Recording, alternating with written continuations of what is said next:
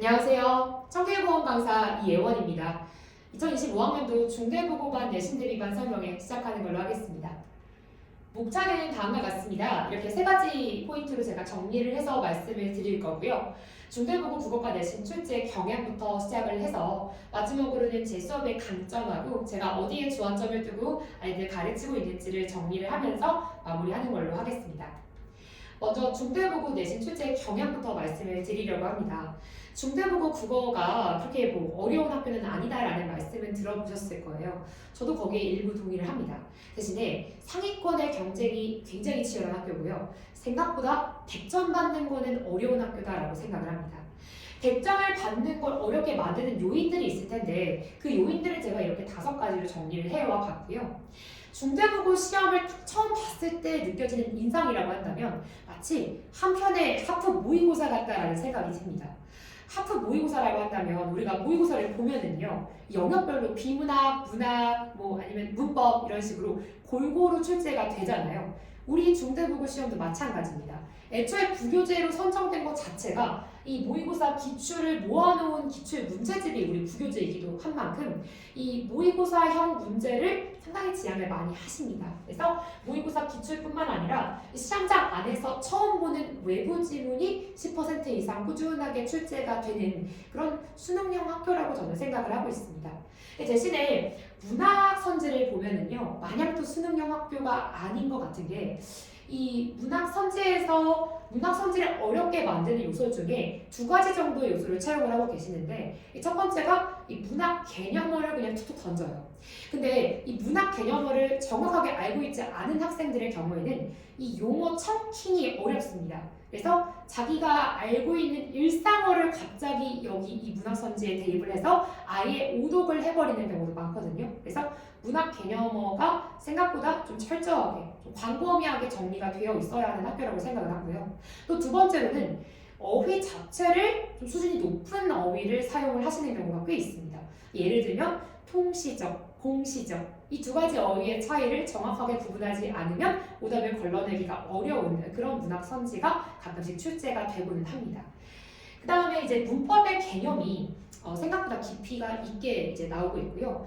문법의 범위 자체도 넓을 뿐더러 깊이 있게 출제가 되고 있기 때문에 이런 부분에 있어서 생각보다 꼼꼼하게 처음부터 학습을 잘 해놓는 게 중요한 학교라고 생각을 합니다. 마지막으로는 서답형이 난이도 자체가 어렵다기보다는 까다로운 문제가 많이 나옵니다. 조건이 까다롭습니다.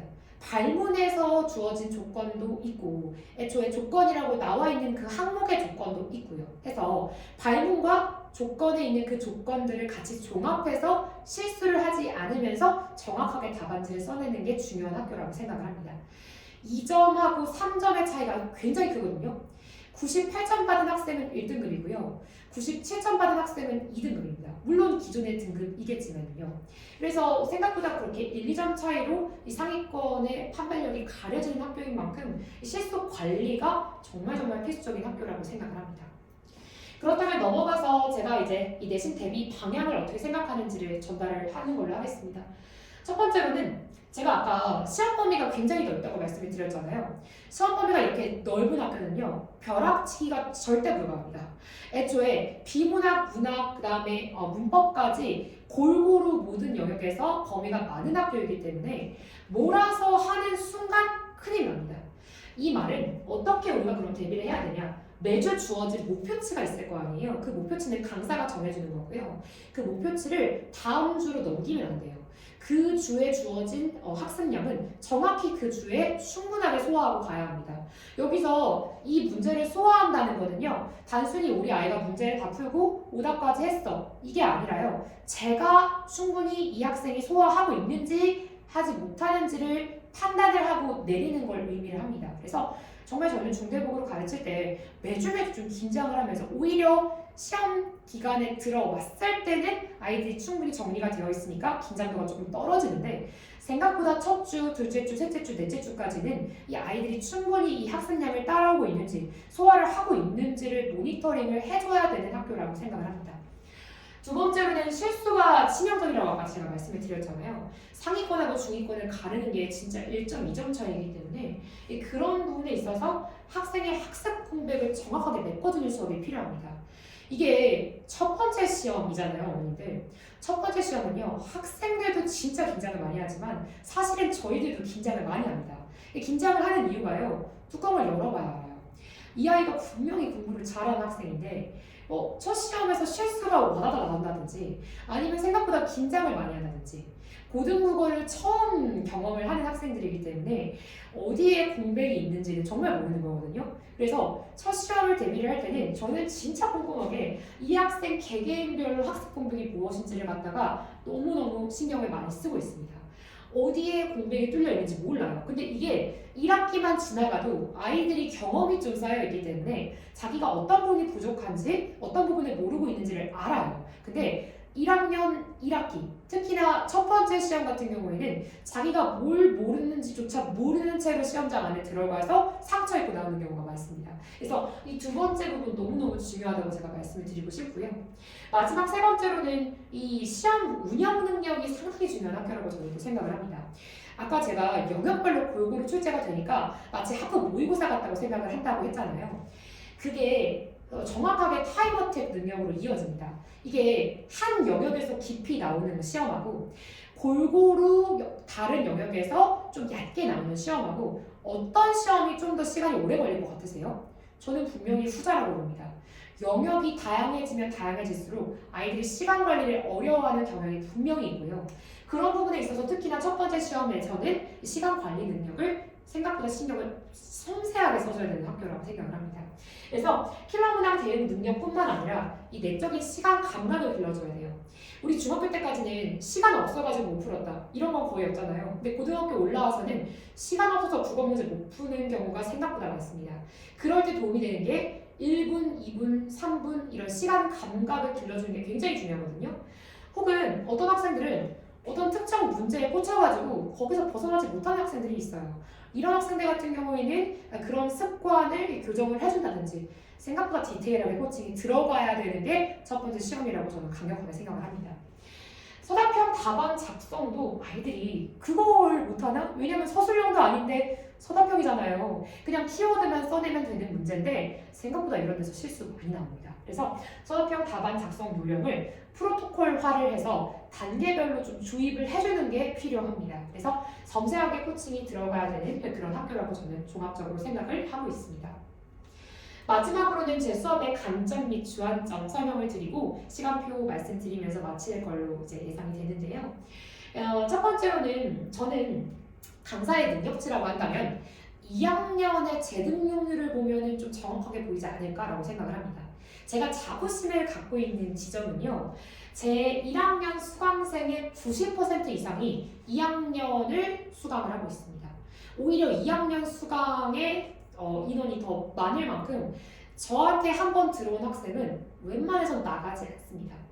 제 추동에 얼만큼 대체제가 많아요, 어머님들. 그리고 학생들도 2학년이 되면은요, 자기들이 강의를 보고 강사를 골라낼 줄 아는 눈을 가지게 돼요. 근데 그렇게 깐깐한 학생들과 학부모님들이 꾸준하게 제 강의를 유지해주고 계신다는 건 그만큼 제가 아이들 지독하게 관리한다는 거, 그만큼 제가 아이들한테 진심으로 다가가고 있다는 거를 좀 방증한다고 생각을 하면서 제가 자부심을 가지는 포인트이기도 합니다.